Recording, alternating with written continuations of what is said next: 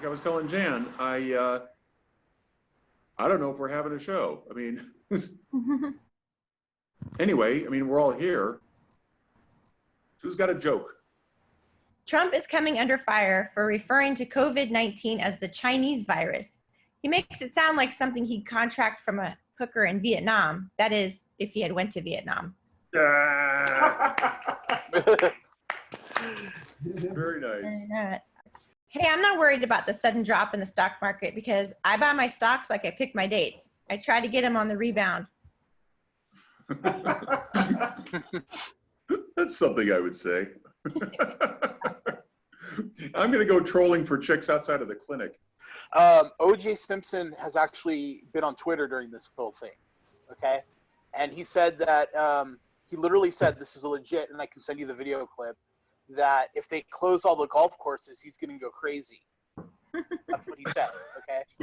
So, I don't know which is deadlier, the coronavirus or the guy that has to tell him the golf course is closed. No offense to O.J. Simpson, but he wasn't exactly stable when the golf courses were open. Right. Spring break has been canceled in Miami and Fort Lauderdale. So now if you want to do something wild and considered really taboo in South Florida, you have to go to Mar-a-Lago. Very good. I'm so freaked out about getting the coronavirus, I won't even check on the new Google updating terms of service button that says, got it. Let me read one of Tim's jokes while we're all here. Kylie Jenner released an Instagram video urging followers to stay inside. Of course, she's not the first in her family to release a video urging people inside. Whoa! Former President Barack Obama follows porn star Sarah J. on Twitter, while former President Bill Clinton follows her home.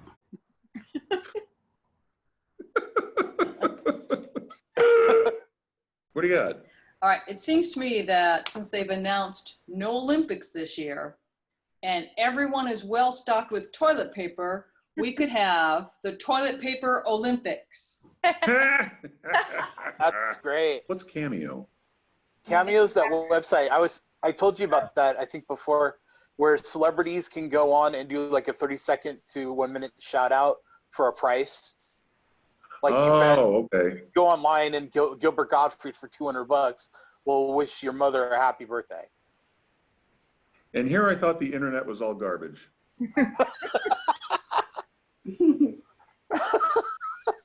I want to thank everybody for chiming in here, and I don't know if we're having a show, but if we don't, then maybe next month.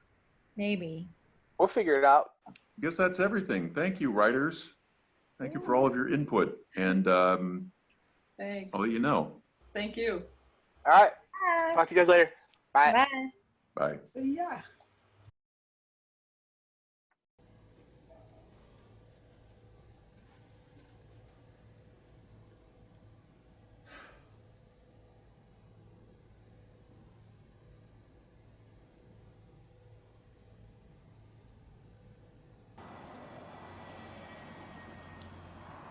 Nick? How you doing, sir? I'm well, thank you. How you doing? How you holding up?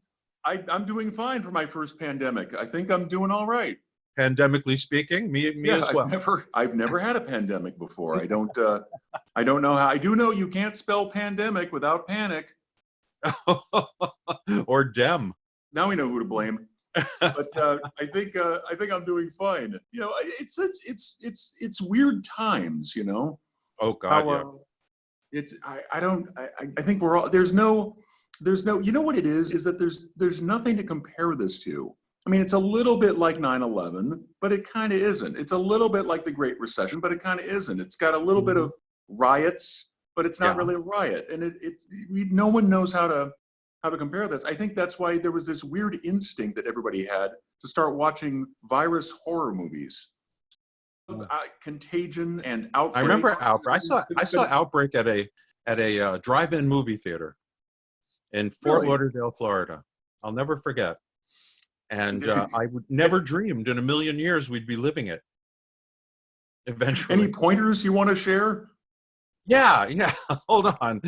I keep my dogs back here. Mervin, they're busy pointing. I'm sorry. But yeah. Things are really strange. I talked to my older brother the other day, and he compared it to Pearl Harbor, in the sense that a day later, the entire country was completely different, different, unrecognizable. And that's what happened here, even more so than 9/11. 9/11 lasted a few weeks, and everybody was kind of, and believe me, I was driving cross country at the time, and I got the treatment, oh, New York, you poor people, oh, you poor people, oh. And then a week later, it was like, get off my lawn, So in addition to all the other changes, I know you teach film history in person at a few places around town, and now you can't, but you did mention an online course. Yes, I do have an online course. I'm very proud of it. It's 15 lessons about classic film comedy. It's called For the Love of Laughter, and it's the history of classic film comedy from before Mack Sennett all the way up to the very last studio contracted comedian, Jerry Lewis, and everyone in between.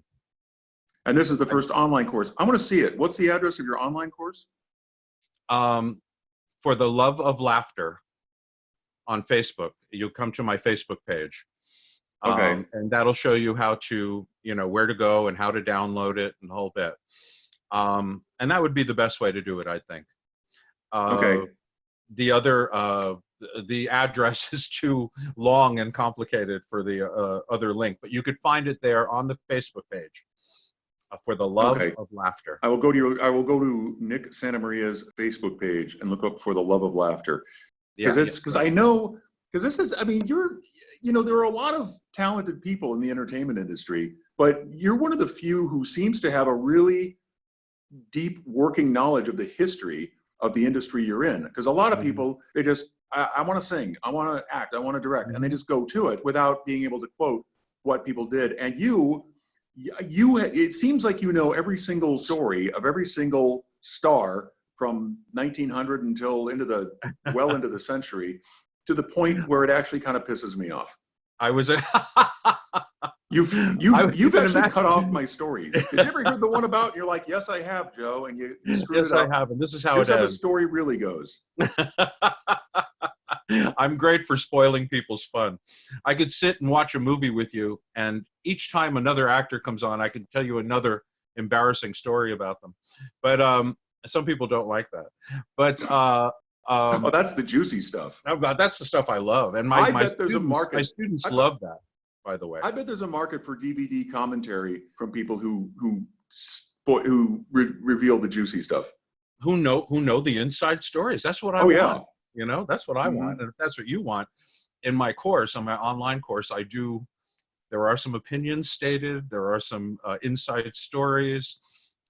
There's some stuff you'll never hear anywhere else.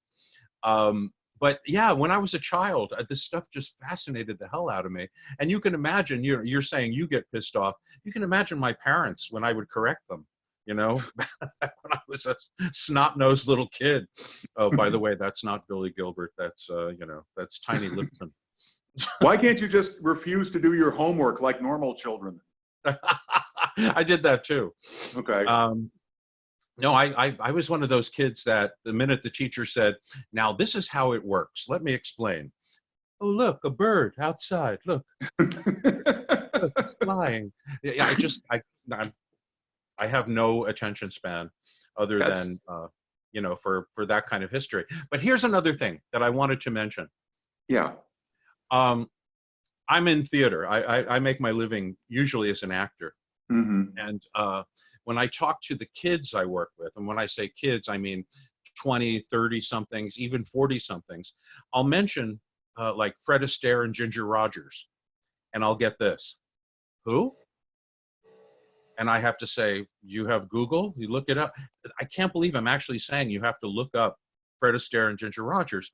You should know that stuff. If you're studying sculpture or painting, you're going to learn about the people that came before you, the people that brought you to where you are now. They don't have a clue.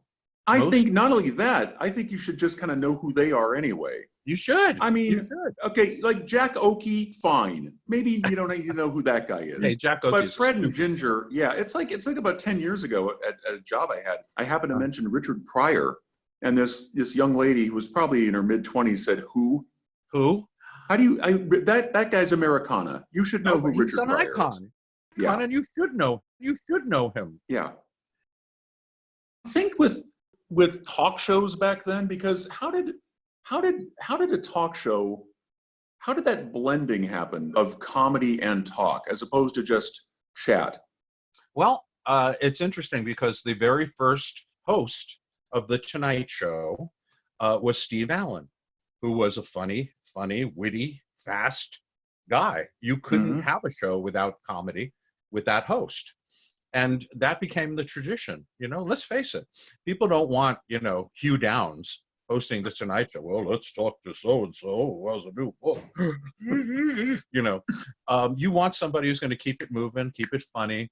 I think the most telling thing was when between Jack Parr, who is my favorite, by the way, the footage I've seen of Parr is just, he's amazing. Yeah, I mean, he really cuts deep and they're real adult conversations, not like Jimmy Fallon, who's like popping pimples at the desk. But no, I like Jimmy Fallon. Jimmy, you're doing a great job, honestly. But in between Jack Parr and Johnny Carson, they hired guest hosts. And as they were doing it, of course, they were auditioning them as they did it. But in those days, you had Groucho Marx filling in. You had Jerry Lewis filling in. You had big comedy stars, and Johnny Carson was actually the perfect host for that period, because he was a stand-up comic. He was a very quick, witty guy. He was very Midwestern, very inoffensive, so he was the perfect guy for that time. How do you feel about the dynamic of the live audience there? Because there've been some very good one-on-one talk shows. I thought Tom Snyder was a very good interviewer. I love Tom Snyder. I thought Dick Cavett, he had a show for a while where there was no live audience. I thought he had some engaging interviews. And nowadays you have Joe Rogan, who I think is a very good interviewer. Rogan's good. I like him. And I think Mark Maron is a very good interviewer. And these are people who have no live audience there, and they don't do sketches either. They don't try to do jokes. No. Well, I mean, there are certain types of shows. I mean, if you're going to be on a network, you're going to have a very bright set. You're going to have an audience that gives a standing ovation to like a drop of rain. There's no discernment anymore. Their audiences now they like to scream and yell a lot. They like to fill in blank spots with noise. And again, anyone who comes out gets a standing ovation. They've totally destroyed the standing ovation as a compliment to a performer. I wonder, what do you think is the next big thing beyond standing ovation? Do they start throwing money? But how do they? My gosh. I mean, that would be nice. Did you ever hear the Eddie Cantor story? Eddie Cantor was a comedian back in the 20s and 30s and 40s and 50s and actually into the 1960s. But he was on stage once. And he's Jewish, and an anti-Semite threw a penny on stage while he was working. And he was the first one to look down and say, I know of only one animal that throws a cent. Eddie Cantor. That's fantastic. Isn't that great? You don't, that's the other thing is you don't hear that kind of blistering wit very often. Things like that are just classic. Even though these performers are gone, there's something nice about them being remembered. I don't know if they care that they're remembered because I don't know what astral plane they're on now, but there's something to be said for that. And I guess it makes us feel good to know that they're remembered. Yeah, these people that we remember fondly are remembered by others. I get a great kick out of that. And that's one of the things I love about teaching. Is I'm reintroducing these people to some older people, and the ones who are younger than me are seeing them for the first time. So it's very gratifying for me. Plus, I think deep down, don't we all kind of want to be seen and remembered? Yeah. Thanks, Yeah. Nick. You're welcome. Thank you very much. I'm glad you're doing well. You look good. Thank you. Sound And you good. too. Yeah, I'm glad you're exercising. Keep getting your RDAs. Keep the spirits up. Mm-hmm. This will pass. Hollywood will make a Yes. bunch of terrible movies about this era, I'm sure. Oh, I'm sure they will. I'm sure they're already written. Yeah. Let's face it. Meetings are probably happening already. I'm sure. All right, man. But no handshake deals. No, exactly. Okay, but hey, you take care, Joe. All You right, too, man. All the best. Thanks. Okay. Bye-bye. Bye.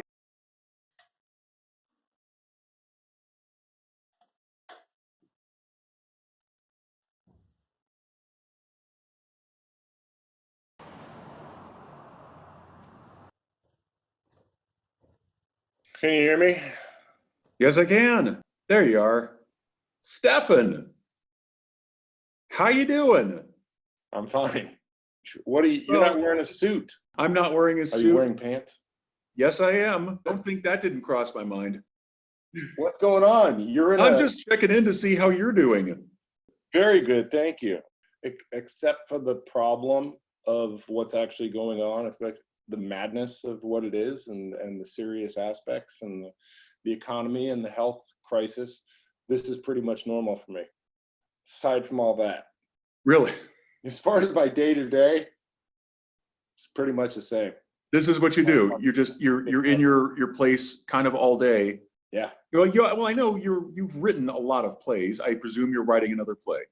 Yes, I'm writing. I'm working on a couple right now that I'm trying to do. It's a good thing. It's good to be creative. I think, do something. Well, yeah. I mean, I think that's one of the reasons we're here, is to find our bliss, because, I mean, 100 years, none of this is going to matter. I don't think it's going to take 100 years for that to happen. But yes, I agree. How many plays have you written? I don't know. I've put up 20. I think I've produced, whether it's at school or in college or on a stage in LA, locally, 20 something like that, 25. So, because that's the thing with theater, is it's a performance art. It exists in that moment and then it's gone. Yeah. I mean, does that bother you at all? I like the fact that it's not that it's gone, but that there's something about it that that's why I don't like recording things. Is this recording? No. Good. What was the question? The ephemeral nature of theater. You go to you put up a play, it goes up for about 6 weeks usually, and then that's it. Yeah, and some nights it's good, and some nights it's worse.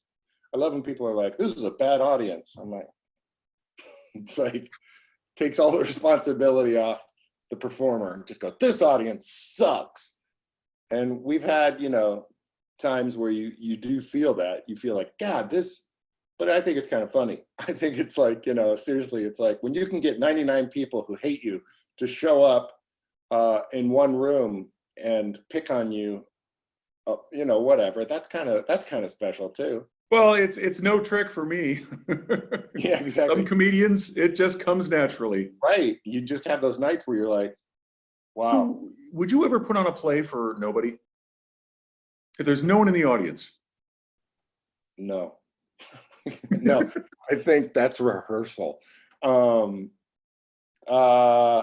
it's like the whole, if a tree falls in the forest and it lands on you, is that the last thing you heard or something? Well, what if you they invite people to dress rehearsals before the show officially opens? There's a handful don't like that. I don't. Well, you don't. But No. but the concept is that it's not finished, and still they're inviting people. So I guess that begs the question: when is a piece of art done? I think closing night. It's like, really. So it's just ready for people to see at a certain point, but it's going to keep changing right up until yeah. But I think anytime you do a play, it's pretty much I do it, because I want to see. I want to explore something. Really, it's about the exploration of it, not the finished thing. But it's like, let's go down this path together and see what comes up. And hopefully people like it, but sometimes they don't, or it's like, what the hell? So this is awkward, but I actually have to go to the bathroom. You have to go to the bathroom? I have to go make a number one. So are you okay with not going anywhere? You don't want me to go anywhere? No. Just I'm not going anywhere. Okay, I'll be back in a minute. Is that cool if I go back in a minute? Yeah, you want me to go to the bathroom too? Do whatever you like. All right, bro. I'll do what I was doing.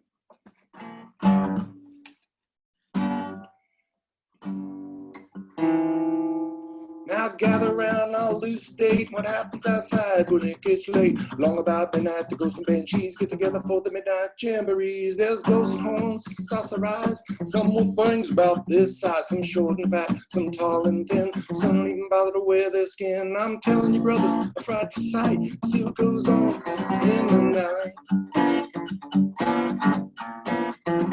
When the spooks have a midnight jamboree, they break it up with fiendish glee. Ghosts survive, but the one that's cursed is the headless horseman. He's the worst. When he goes jogging across the land, holding his noggin in his hand, demons take one look and groan. Hit the road for parts unknown. There's no race like a spook that's burned. They don't like him and he's really burned. Swears to the longest days he's dead. He'll show him the. Joe, are you back? I'm back. It seems like you ended a bit abruptly. I did. I thought I saw you back. Well, yeah, but my that's point it. is. No, that's it. That's it. I usually end everything abruptly. One would say prematurely. But there's nothing. You could have continued you could have done the whole song if you wanted. You could have continued. You didn't stop just because I came back, right? Finish. So let me get this straight. Yeah. I just want to make sure I understand this. Please. You have an audience of one. Your one audience leaves. Right. Then you play a song. Right. And then when the audience comes back, you stop. I get it. I see what you did here. Clever. Yes. Yeah. So I guess I would perform for an audience of 0. I'm not trying to paint you into a corner. I guess I'm trying to figure out. With music in general, I prefer to perform with no one. I like doing the song, a song or whatever. I enjoy that process, but I don't enjoy listening back to it. That's horrifying. I never listen to like our music for the band, not because of them, but because of me. I'm just like, and if anybody actually hits a record button and says, "Okay, we're recording," instantly I'm just like, "Oh God, got to get it perfect," and I never will. So I prefer to just play it. I like playing it. I like the doing, the act of. Well, how do you know when you're done? I guess like with a play, well, you've already scheduled opening night on a certain date, therefore you're done. When is this going to be over? It's like all art forms, it's a work in progress. We can end it now. I was talking about the pandemic. Oh. Because if you know how to end the pandemic now, please tell. Like a work of art, I think the pandemic is really up to the people participating in it. I think that's. When is it done? It Right. depends on everyone's participation.